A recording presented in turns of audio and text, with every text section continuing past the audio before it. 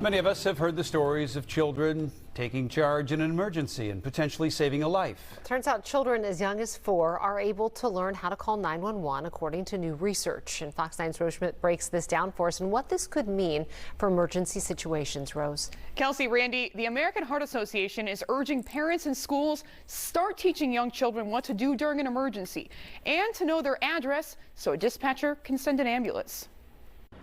It's a question of how young is too young to learn. If anything happens to us, to grab our phone and to call somebody like 911 or emergency number.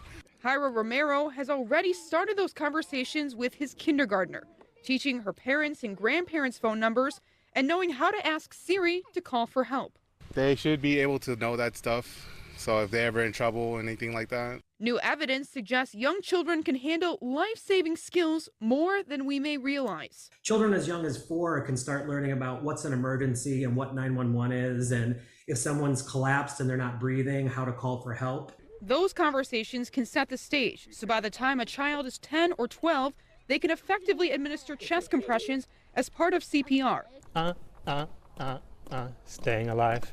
The American Heart Association says it has made this push in Minnesota schools. Most kids get trained in 9th or 10th grade health class, but when we were working on this a few years ago, there are some schools that are doing it in 7th and 8th grade. It's also a good time to start planning in case of an emergency at home. So talking with your family about calling 911, starting CPR, making sure that the door is open, maybe someone's outside flagging down an ambulance. The CDC says 70 to 90% of people who go into cardiac arrest outside of the hospital die before they get there because people around them don't intervene. I need you to take a deep breath, okay?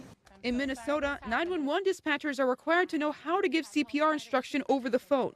So even if you've never learned, you can step in. Time is so crucial, and doing something is always better than doing nothing.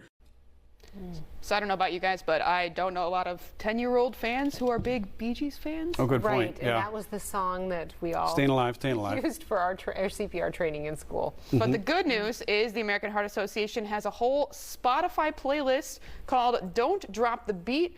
You see it there, lots of different decades represented in these songs. They're all that same kind of beat, 100 to 120 beats per minute. So, you know, lots of different genres there. There's Justin Bieber, Justin Timberlake, so even your kids could learn. Right.